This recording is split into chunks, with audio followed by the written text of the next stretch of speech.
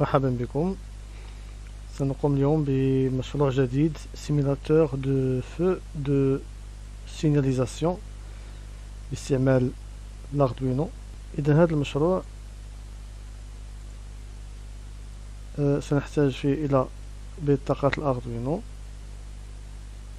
في الدرس السابق تكلمنا على خصائص بطاقة الأردوينو، مكونات البطاقة الأردوينو، من ماذا تتكون.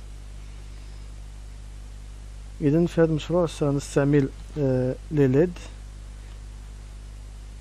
لا بأس أن نذكر بخصائص لو ليد. دونك لو ليد يتكون من مربطين أو دو بول بوزيتيف و نيجاتيف، الانود والكاثود. دونك الانود القطب الموجب تيكون عنده الارجل الطويله، والكاثود عنده السالب تيكون عنده الارجل قصيره. حتى من ناحيه الراس نلاحظ انه الشكل ديال لو ليد راس ديال الانود بلس تيكون صغير، و الكاثود تيكون عريض. رمز التجريبي الالكتروني او لو سامبول الكترونيك دو لاردوينو كما في الشكل. اذا بالنسبه للانواع ديال لي ليد، الا خدينا مثلا النوع ديال الابيض لو ليد وايت، خدينا كولور وايت، لا كاباسيتي اللي كتقبل هي 4 فولت. بالنسبه للبلو 3.6 فولت. وبالنسبه لو ليد جون 2.2 فولت. بالنسبه لليد روج ريد كيتحمل 1.8 فولت.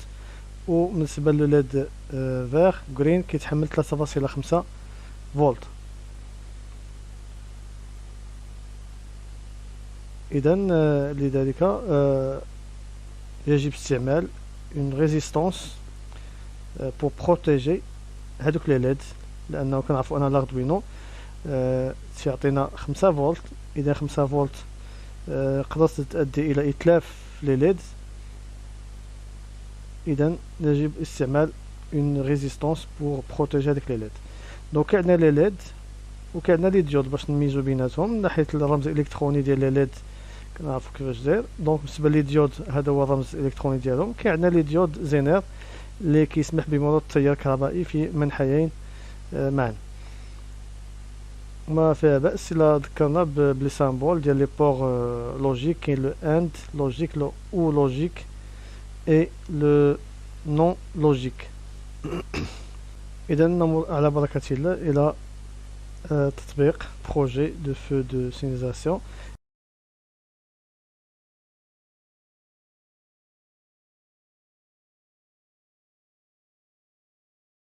نحتاج الى بطاقة الاردوينو، لي جامبر او بيان لي فيل دو كونيكسيون، بطاقة بريد بورد، بلاك دي سي، لي ليد روج فيغ اي جون، اون ريزيستانس. بالنسبة لي ريزيستانس غنحتاجو ريزيستانس دو 220 اوم au minimum.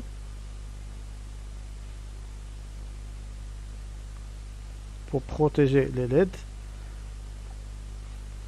وكابل USB لربط الكارت أردوينو مع الحاسوب لبرمجة بطاقة الأردوينو.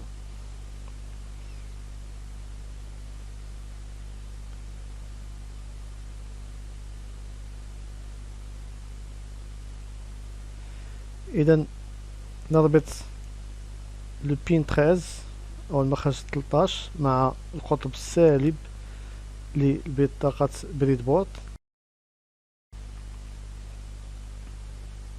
كما هو موضح لدينا في الشكل التجريبي الذي رأيناه سابقا.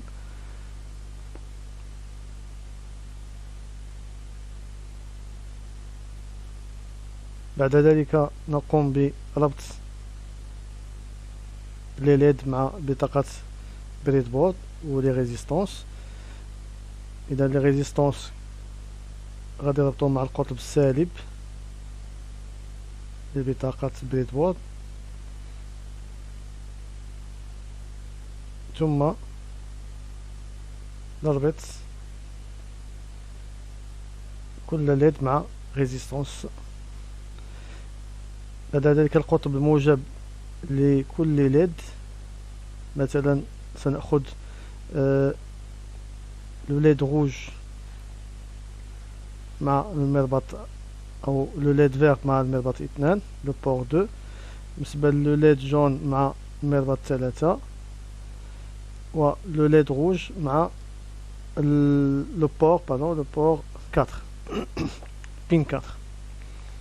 Donc le pin vert, le LED rouge pin 4, le LED jaune مع pin 3 ou le pin vert ou par le LED vert مع le port ou bien le pin digital ou le pin numérique 2. إذا نمر إلى برمجة. إليكم الكود الذي سنستعمله في هذا المشروع. إذا أول شيء سنقوم ب la déclaration de 3 variables de type entier. Int green 2 égale 2, yellow égale 3 et int red égale 4. بمعنى أنه سنربط les LED rouge مع le pin 4, le LED jaune مع le pin 2 pin 3 et le LED vert مع le pin 2. ثم سنقوم ب déclaration de 3 variables de délai، يعني الوقت الذي سيستغرقه كل مصباح، أو المدة التي سيبقى فيها المصباح مضاء. مثلا بالنسبة للوليد جرين سيبقى 5000 ملي سكوند. 5000 ملي سكوند تعطينا هي 5 ديال الثواني 5 سكوند. نفس الشيء بالنسبة للوليد يلو 2000 ملي سكوند، يعني سيبقى ثانيتين مضاء. نفس الشيء بالنسبة للوليد روج سيبقى 5 ثواني مضاء. إذا بالنسبة للفونكسيون سيتاب نختاروا شكون هما لي زوبجي اوتبوت او بيان انبوت بالنسبة لينا حنا في هذا المشروع. دونك بين مود اون فا utiliser الفونكسيون بين مود. غنختاروا بالنسبة ل ليد جرين يلو اي ريد كلهم اوتبوت. اذا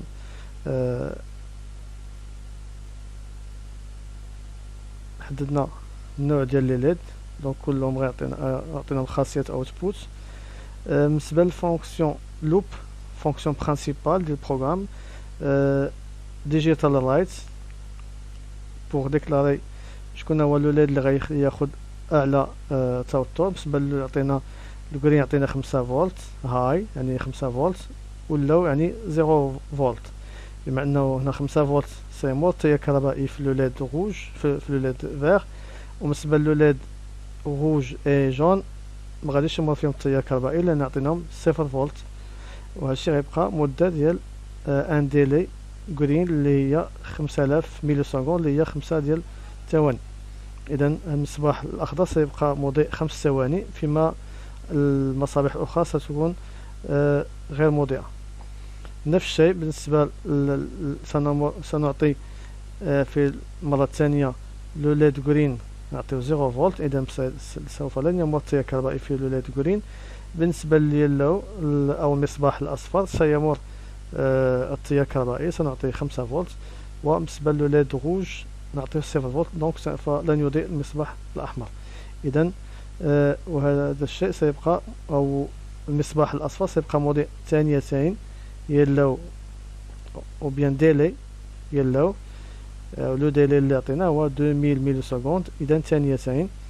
وفي الاخير سينطفئ المصباح الاخضر والمصباح الاصفر، وسنضيء المصباح الاحمر، وذلك ديلي جرين ديلي ريد.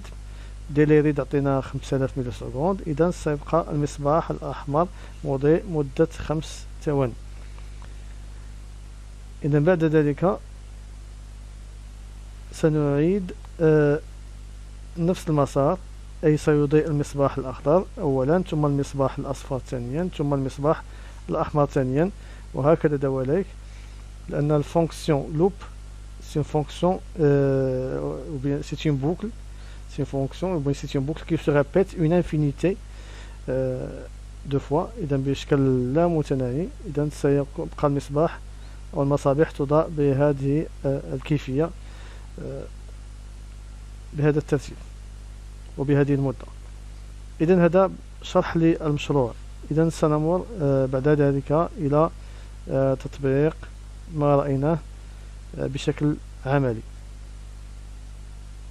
إذا نحتاج في هذا المشروع لليد كما قلنا. سنحتاج كذلك لي ريزيستانس، 3 ريزيستانس أو 3 مقاومات، 220 أوم أردوينو.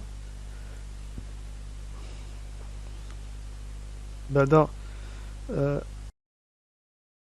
on va démarrer le logiciel Arduino et on va taper le programme qu'on a créé, et ensuite on va téléverser ou bien transférer le programme vers l'Arduino وسنحصل على النتيجة كما هو موضح لدينا في الصورة.